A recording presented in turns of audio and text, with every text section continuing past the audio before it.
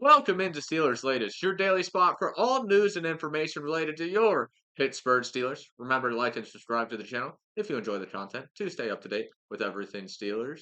Happy 4th of July also to every American out there. Hopefully you all are enjoying your holiday. If you're not American, that's to suck, I guess. Now, on to some Steelers action. A lot of hate has been coming up about the Steelers trades this all season, just all their moves this all season. Media personalities are saying the Steelers are just making moves to make moves. More the one that comes to my mind instantly, Colin Coward, big hater on the Steelers for the past like 6 years. Big hater. I don't know why he doesn't like us so much, but he's hating every year. And now this offseason, after this most recent trade for Jalen Ramsey and Jonnu Smith, as we gave away Minkah Fitzpatrick. He's just saying the Steelers are making lateral moves this whole offseason. We trade for a big play wide receiver. We give up our big play wide receiver. We trade for someone in the secondary, a star in the secondary. We give up our star in the secondary. I just don't see the argument with this more recent trade, honestly. And that's where all this hate has more stemmed from. After that trade, the hate has been flowing in about the Steelers just making lateral moves. And I'm not really understanding because the Steelers, in my opinion, did win this trade. Now, they haven't played the games yet, of course, and you never know what's going to happen on the field. You never know if someone's going to get hurt. But in my opinion, you give up one star, the Steelers did, and a late round draft pick. You acquire another star in that position group, kind of, in the secondary. And then you also get a really solid piece, really good piece in Jonnu Smith after he had his breakout season last year. He's reconnecting with Arthur Smith. Mainly the reason this trade probably happened is because Arthur Smith wanted Jonnu Smith so much. The Steelers might have passed on Jalen Ramsey if Jonnu Smith wasn't attached to the deal. Honestly, kind of. Omar Khan did it again, in my opinion, with this one. He was able to win the trade once again, and in recent years, the Steelers have been winning trades, it feels like, at a high click. And I main reason is because the Rams and Chargers talks fell through for Miami, and then the Steelers had more leverage and could snag two of the Dolphins' star players from last year off of them in exchange for one of our star players from last year. So, in my opinion, it's a huge dub for the Steelers this trade. I don't get why there's so much hate coming out in the media now. I know it's that time of year. Got to create stories about just stupid moves, and there's gonna always be media talking heads hating on your team. But I'm just not really understanding how they think this was a lateral move when the Steelers picked up two pieces while only giving away one. But let's move on to some TJ Watt talk once again. As Watt waits, the tension only continues to build with him and the Steelers.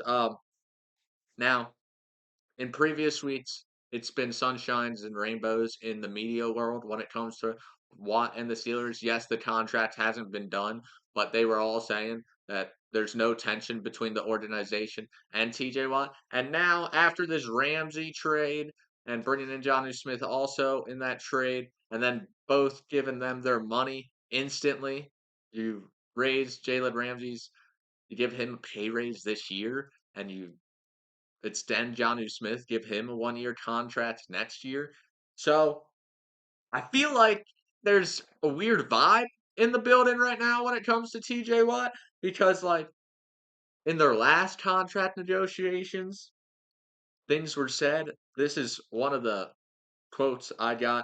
Uh, the front office of the Steelers said, told TJ Watt he is fortunate to be a Steeler. And then TJ Watt responded that they're fortunate to have him.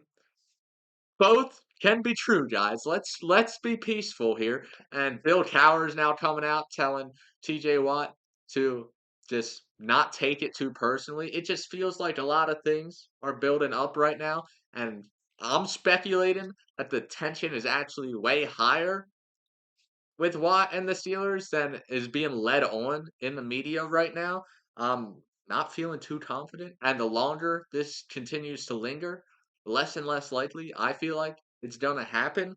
Just because I mean it's a big asking price Watt is at looking for. He's looking for over $40.25 million. Probably a long-term deal also. He's 31 years of age. But guys, we gotta figure this out. TJ Watt, we can't let your face of the franchise leave the team. Once again, I think players should be able to stay in one place their whole career, and the team should look after them. But the Steelers are running a business, in their opinion, so they got to make good investments. And do they see TJ Watt as a long term investment at this point in his career? Right now, it's not really seeming like it, and that is very not good in my opinion. I think he is the last key piece to this team for this upcoming season. So let's get him in the building as fast as possible. But the more we don't pay him, the less likely he's gonna be in the building. And let's talk about Mike Tomlin now, because I'm also gonna speculate on Mike Tomlin a little bit. Because we've made so many splash plays this offseason. I know we've traded away pieces too, but mostly a lot of big moves, in particular, big names more than anything. And for the Steelers, they brought in this offseason. And in my mind, this might be Mike Tomlin's like last chance. The front office could be giving him one opportunity.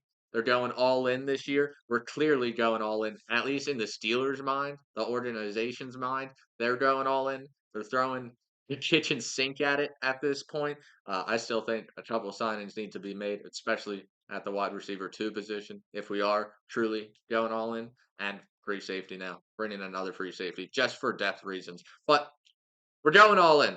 And Mike Tomlin, 18 consecutive winning seasons.